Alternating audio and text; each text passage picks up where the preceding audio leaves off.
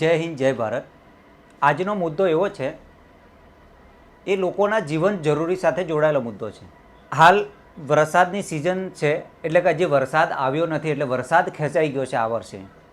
એટલે લોકોને પાણી માટેની કદાચ ઘણીવાર એવું હોય કે પાણી હોય તો લોકોને પાણીની કદર નહીં હોય, પણ પાણી ન હોય ને ત્યારે એની ખરેખર લોકોને વાસ્તવિક જીવનમાં કેટલી જરૂર છે તેના દ્રશ્યો આપણે જોઈશું। ખરેખર આ વખતે વરસાદ લેટ હોવાના કારણે ખેડૂતોનો પાક પણ લેટ થશે, વાવણી પણ લેટ થશે। એમ તો બેઝિક આપણે ત્યાં દક્ષિણ ગુજરાતમાં 15 જૂન પછી વરસાદની શરૂઆત થઈ જાય, ચોમાસું બેસી જાય છે, પણ આ વર્ષે વરસાદ લેટ છે। એટલે એક ઈચ્છા એવી થઈ કે આપણે એક સમાચાર બનાવીને લોકોને ખરેખર સમજાવી કે પાણીની કિંમત શું છે।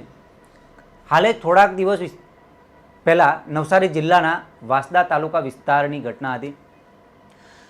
ત્યાં પાણી માટે લોકો વળખા મારતા હતા। પાણીની એક બૂંદ બૂંદ માટે લોકો કેટલાય કિલોમીટર સુધી પાણી શોધવા જઈ રહ્યા હતા। પથ્થરની અંદરથી પાણી શોધીને લોકો પીવા માટે મજબૂર હતા। એટલે આપણે વિચારીએ કે માણસના જીવનમાં પાણી એટલે આપણે પાણી વગર 1 મિનિટ પણ જીવી શકીએ નહીં। દરેક જગ્યાએ આપણે પાણીની જરૂર પડે છે। એટલે ખરેખર હાલના આપણા દેશના કેન્દ્રીય મંત્રી અને નવસારીના સાંસદ સી આર પાટીલ દ્વારા એક સરસ મજાની યોજના ચલાવવામાં આવી રહી છે।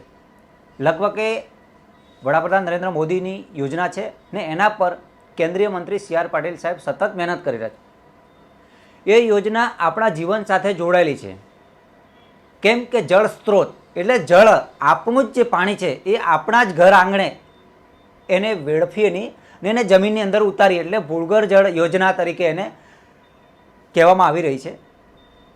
આપણા ઘરનું ટેરેસનું પાણી, ધાબા ઉપરનું પાણી કે આપણા આજુબાજુનું જે પાણી છે એ વહી ન જાય ને પાણીને આપણે સીધી રીતે એક ખાડો કરી કે બોરવેલ કરીને જમીનમાં ઉતારીએ,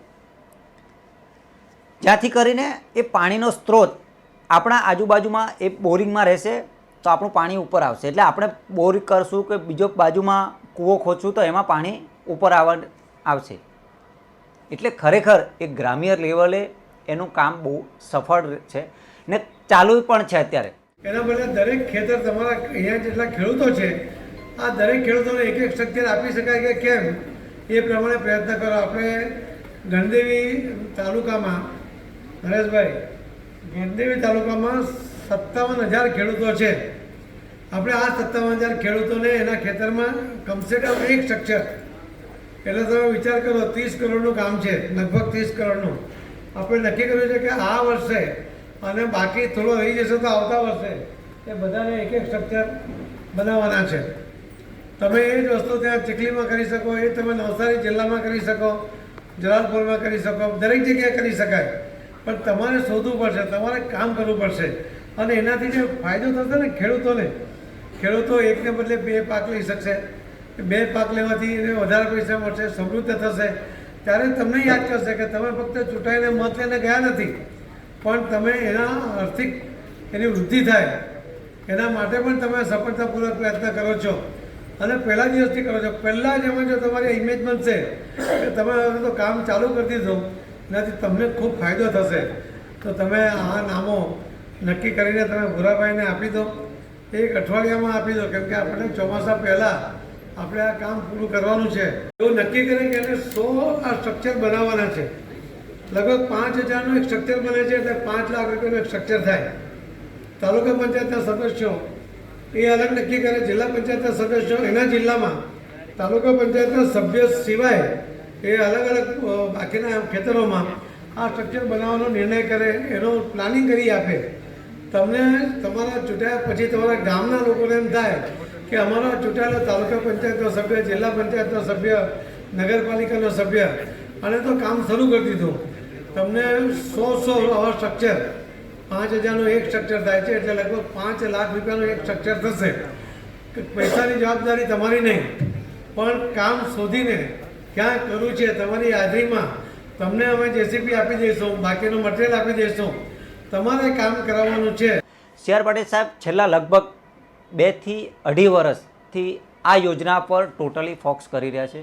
કે લોકોને આવનારા દિવસોમાં પાણી માટે વડખા ન મારવા પડે, પાણી માટે લોકોને તકલીફ ન પડે. આપણે ત્યાં ખરેખર લોકોને કદર નથી પાણીની. કદર એટલા માટે નથી કેમ કે આપણે બાજુમાં સમુદ્ર છે, આજુબાજુમાં ઘણી બધી નદીઓ છે, નાળાઓ છે, એટલે આપણને પાણી ઇઝી રીતે જમીનમાંથી મળી રહ્યું છે.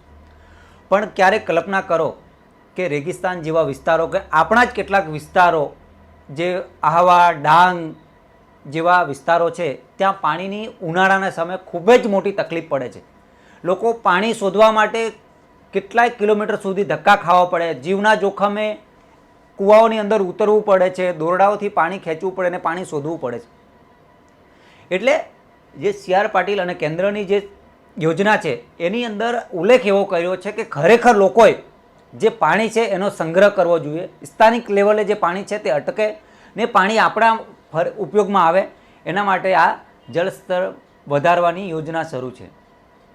આપણા આસપાસમાં આપણને કદાચ ખ્યાલ નહીં હોય તો આપણી પંચાયત, ગ્રામ પંચાયત હોય, આપણા ત્યાંની જિલ્લા પંચાયત હોય કે તાલુકા પંચાયત હોય, તેના ડીડીઓ, તલાટી અથવા જિલ્લા પ્રમુખ હોય કે જિલ્લાના અધિકારી હોય, તેને મળીને એ યોજના વિશે જાણવું જોઈએ. સરકાર આપણને એમાં પૈસા પણ આપે છે. તમે એક બોરવેલ કરશો, એક બોરવેલની અંદર કદાચ અંદાજે આપણે કહીએ કે નાનો કૂવો કરીએ કે સિમેન્ટનું ઢાંક મૂકીને બનાવીએ તો એના અંદર 15-20 હજાર રૂપિયાનો ખર્ચો આવતો છે. તો એમાંથી સરકાર આપે છે પૈસા, અમુક ટકા કદાચ આપણે જનભાગીદારીમાં એમાં ઉમેરવા પડે છે. એટલે ઘણા એવા પણ દ્રશ્યો આપણે જોઈએ ક્યારેક કે રેગિસ્તાન બાજુના પાણીઓ કે આ વર્ષે પાણી સ્ટોરેજ કરે કૂવામાં, એટલે એ પાણી આખો વર્ષ પીએ, આવતા વર્ષ સુધી વરસાદ આવે ત્યાં સુધી રાહ જુએ કે એ પાણીનો સંગ્રહ કરેલો હોય.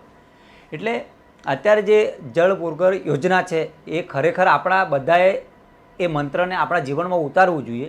ઉતારવું એટલા માટે જોઈએ કે ક્યારેક વરસાદ ન આવ્યો હોય ને પરિસ્થિતિ એવી હોય કે વરસાદ ઓછો પડ્યો અને પાણીની કટોકટી હોય કે ઉનાળાના સમયે ઘણી વખત પાણીનો કાપ મૂકવામાં આવે એટલે નહેરના પાણી પર આપણે નિર્ભર હોય.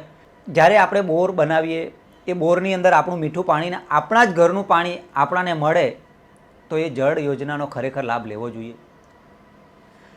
થોડા દિવસો બાદ વરસાદ આવશે, એ વરસાદ અસંખ્ય પડશે, લોકોનો એ પાણી ટોટલી ખાડા, નદી, ગટરમાં થઈને નદી અને દરિયામાં જતું રહેશે. એને સંગ્રહ કરીએ, આપણા અંદર ઉતારીએ. એક આપણે સરસ દ્રશ્ય બતાવીશ. નવસારીના કોર્ટની સામે એપાર્ટમેન્ટ છે, એ એપાર્ટમેન્ટના લોકોએ મળીને એ આખું એપાર્ટમેન્ટનું જે પાણી છે એ પાણીને ટોટલી પાઇપલાઇન દ્વારા એ બોરિંગની અંદર ઉતારવામાં આવી રહ્યું છે. એની બાજુમાં એક મસ્ત કુંડી કરીને પાણી એ બોરિંગમાં નાખવામાં આવી રહ્યું છે. એટલે જે વરસાદી કુદરતી જે પાણી છે એ પાણી બેઠે બેઠું આપણા જળની અંદર ઉતરી જાય, બોરિંગ એ ઉતરીને એ ફરીથી રિફાઇનરી થઈને આપણાને પીવામાં એક પાણી મદદરૂપ થાય છે. એટલે ખરેખર જે હાલ કેન્દ્ર સરકારની યોજના છે, આપણે પણ એ યોજનાનો લાભ લઈએ, કેમ કે જળ એ જ જીવન છે. આપણા જીવનમાં જળની ખૂબ મહત્ત્વ છે. એટલે આપણે પાણી બચાવીએ. એટલે કે જે સી.આર. પાટીલ સાહેબનો જે પ્રોગ્રામ છે એનો ખરેખર આપણે લાભ લઈએ ને આવનારા દિવસોમાં અત્યારે આપણને પાણીની કદાચ કમી મહેસૂસ નહીં થશે દક્ષિણમાં, પણ ક્યારે કોઈ સમય સંજોગો એવી પરિસ્થિતિ થાય કે ઉનાળો હોય, વરસમાં કદાચ વરસાદ ખેંચાઈ ગયો હોય. આપણે ત્યાં તો 100% વરસાદ થાય છે, પણ ઘણીવાર કદાચ વરસાદ ઓછો થયો, ખાસ કરીને ઉત્તર ગુજરાત છે. ઉત્તર ગુજરાત જેવા વિસ્તારોમાં વરસાદ આવે છે પણ પાણી જતું રહે એટલે ઉનાળાના સમયે બહુ બધી તકલીફ પડે. પાણી નહીં હોય, કૂવાઓમાં પાણી નહીં હોય, એક હજાર ફૂટ ઊંડા બોરો ખોદી નાખે છે, ત્યાં પણ પાણી આવતું નથી. એટલે એ લોકોને ખરેખર સરકાર યોજના પાડેલી છે કે જે બોરો બંધ પડી રહેલા છે, હેન્ડપંપો હતા એ બંધ પડેલા છે, એને રિચાર્જ કરો. એની અંદર તમે પાણીનો જે વરસાદી પાણી છે એ બોરિંગની અંદર રિચાર્જ કરીને એ પાણી ઉતારો અંદર, જ્યાંથી જે જળ સ્તર છે તે ઉપર આવશે ને એ આપણાને ઉનાળા શિયાળામાં કાયમી વાપરવા કામ લાગશે. એટલે ખરેખર લોકોને કદાચ આ જળ યોજનાથી આપને ખ્યાલ નહીં હોય તો અમે એક વિડીયોની માધ્યમથી આપને રજૂઆત કરીએ છીએ કે ખરેખર આવી યોજના છે, કેન્દ્ર સરકારની યોજના છે ને અને ગુજરાત રાજ્ય સરકારની પણ યોજના છે જે સુજલામ સુફલામ યોજના છે. તળાવો ઊંડા કરવા, આપણા આજુબાજુનું નહેરો હોય, નહેરોના પાણીઓનો કનેક્ટિવ હોય, તેની તળાવ ઊંડા કરે તો તળાવની ફરતે એની સાફ સફાઈ હોય તો એ પાણી આપણે પીવામાં લઈએ. એટલે કે ખરેખર જળ સ્તર છે એનો આપણે બચાવ કરવો જોઈએ ને જે ભૂગર્ભ જળ યોજના છે એનો ખરેખર આપણે લાભ લઈએ ને એ આ બોરો ઉતારીને જે આપણું પાણી છે એ આપણા ત્યાં સ્થાનિક લેવલે જ સ્ટોર થાય એવી ખરેખર આયોજન કરીએ તો આવનારા દિવસોમાં આપણાને એ પાણીની તકલીફ નહીં પડશે. આભાર.